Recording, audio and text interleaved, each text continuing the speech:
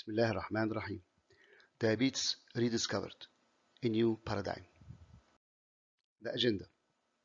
After the introduction, we'll go through different types of bias that influence the medical practice nowadays, like sponsorship by big pharma, food industry, and others for almost all scientific activities. Number two, different type of incentives in medical practice that may affect decision-making in patient management. Number three, lack of solid understanding of statistics, both in lay people and physicians. And this is the way by which pharmaceutical and marketing companies deceive both regarding the efficacy and side effects of different drugs. Number four, biased researches and publications. And lastly, biased scientific authorities and associations. These types of bias may affect our understanding and our management regarding different topics, but we will concentrate on diabetes. So in the next section, we will rediscover diabetes. We will discuss the real role of diet in prevention of diabetes epidemic, reconsidering insulin resistance, and this is a new paradigm we are talking about. Then reconsidering glucose-lowering medications in the light of the new paradigm, and lastly, fasting as a tool to reverse diabetes based on the above data. In the third section, we will discuss diet, different types of diets with their pros and cons, like the Mediterranean diet, low-carb, high-fat diet, and dietary fat regarding serum cholesterol and cardiovascular disease.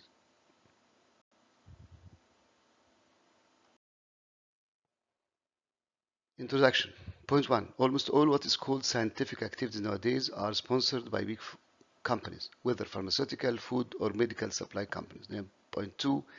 Any sponsor will never spend a penny unless he is getting a profit out of it. Point three. Very few individuals, associations, authorities can stand against the influential effect of a sponsorship and remain unbiased. Number four. Non-pharmacological and non-interventional means of management unfortunately have no sponsors. Based on the above mentioned points, it is easy to understand why lifestyle means in preventing and managing diabetes are not well propagated and marketed, as they have no sponsors, as we said before. In the upcoming episodes, I will deliver several well-documented data which proves that the largest proportion of medical practitioners are victims of such biased propaganda, and that this biased knowledge is propagated intentionally and with the help of criminal scientists or under umbrella of biased, corrupted medical associations and authorities for the profit of the big companies. Unfortunately, our patients are the ones who pay either financially or due to bad management that may be detrimental in many cases.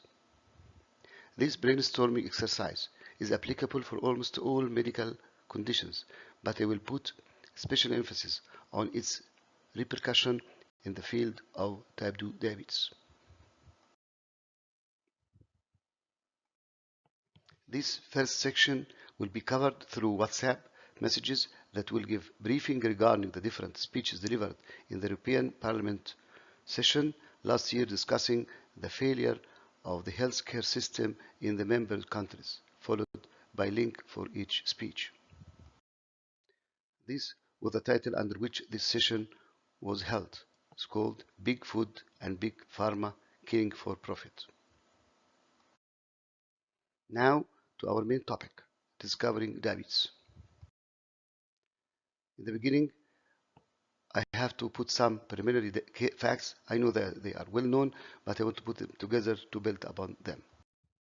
Type 2 diabetes prevalence is steadily increasing. As we can see, in 18 years, it increased by threefold. The percentage of diabetics increased by threefold in 18 years. Type 2 diabetes and obesity are closely linked, what's called diabesity. The number of obese adults increased from 100 million in 1975 to more than 671 million in 2016. This increase is more than sixfold in 40 years. Type 2 diabetes outbreaks is related to lifestyle changes. As we can see, there is a sharp drop here in the number of diabetics, new cases of diabetes in 2 European cities, in Amsterdam and other city, and this, of course, is related to the World War II. So, involuntary food shortage, such as a result of war, results in sharp fall in type 2 diabetes, explaining that diet is the main cause, maybe the only cause in diabetes in susceptible persons. All types of pharmacological treatments fail to achieve the treatment goal. This is well documented, and of course, all of us know that the failure is very obvious in all types of medications.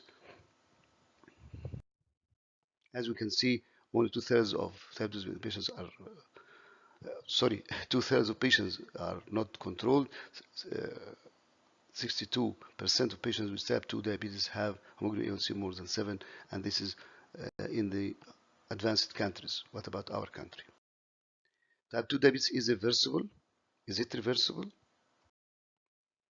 As we can see, remission of type 2 diabetes mellitus accounts for 95% of cases in one of the metabolic operations, and this denotes that just by decreasing food intake and maybe with other mechanisms, we can decrease or we can reverse diabetes by a very high percentage.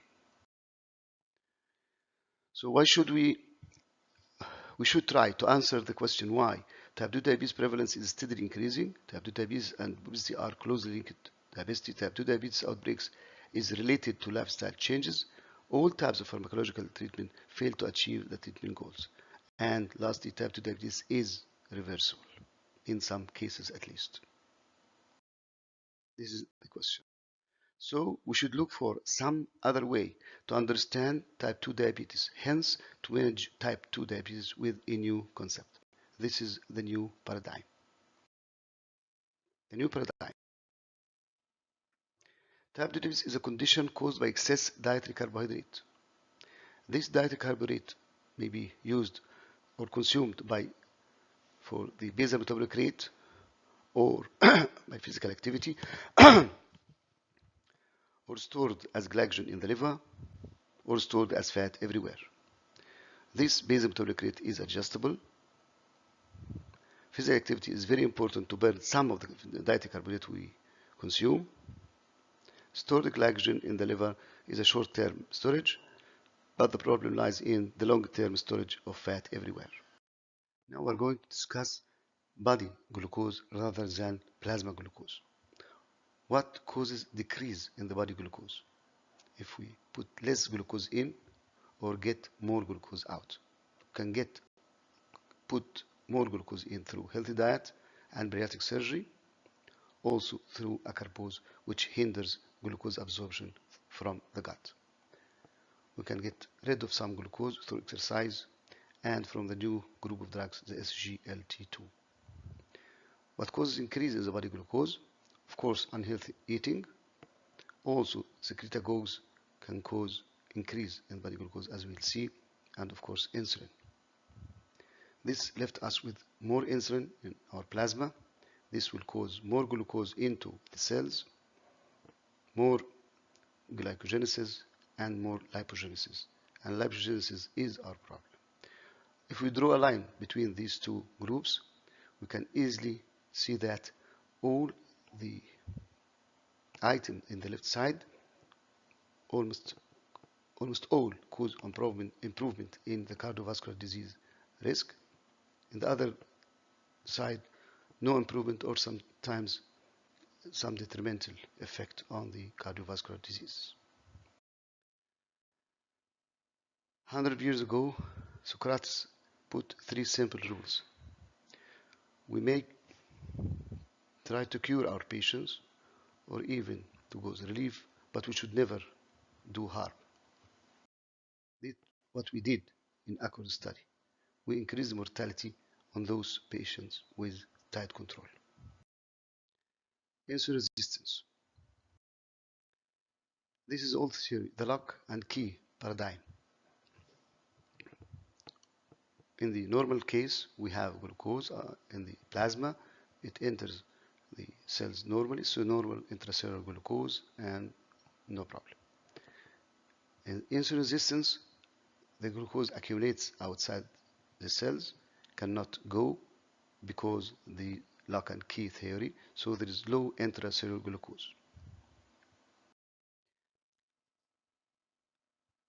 This is really can be explained by glucose starvation. This is a patient before being treated with insulin, and here after treatment. The benefit is obvious. What about this? This cannot be internal starvation. This is patient with type 2 diabetes with obesity and this kind of thing. And this can be explained in the view of the previous slides.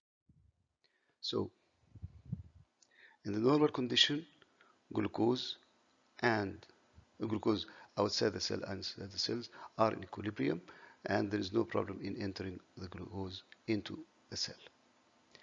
In the starvation paradigm, it claimed that glucose increased in the serum, so we have high serum glucose, but intracellular starvation. But in the new paradigm, they claim also that the problem of entering glucose in the cell is a problem of overflow, that too many glucose inside the cell, so no more glucose can enter the cell. In this nice presentation, if we consider that this is glucose, and this is the cell, and this is the insulin. The insulin tries to push more passenger or glucose into the train, but it is full. So we need more insulin and more insulin and more insulin, and this is insulin resistance. It is an overflow paradigm rather than starvation paradigm. If we eat food, insulin increases, so causing storage of sugar in the liver and production of fat in the liver.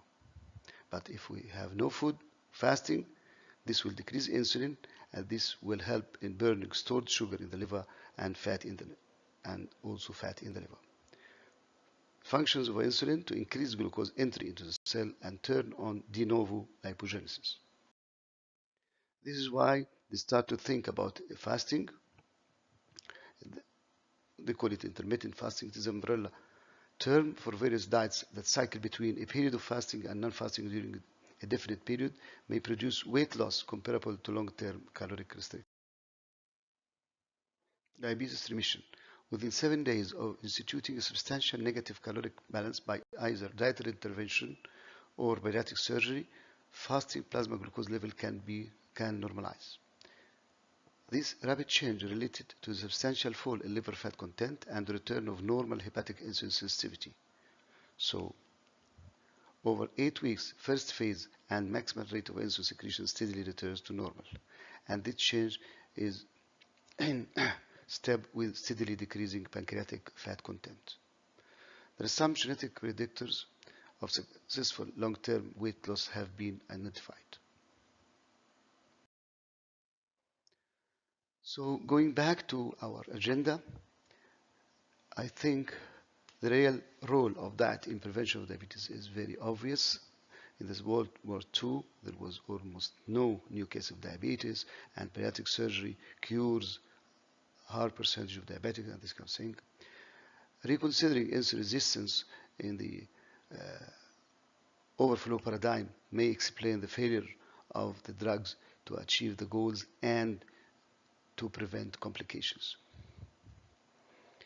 And this leads to reconsidering glucose-lowering medications, as we said before, and all this lead to the idea of fasting as a tool to reverse diabetes. And I think this paradigm and these ideas should be considered to be proved correct or wrong. Take-home message. Of course, diet is the crucial item in preventing, in causing, and in management of diabetes.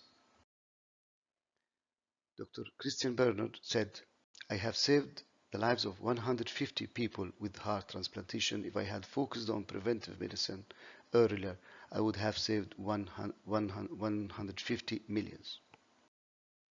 والآن أترككم مع تلك الآيات من القرآن الكريم التي يشبه فيها الله سبحانه وتعالى من يأكلون بلا حساب إنهم يأكلون كما تأكل الأنعام،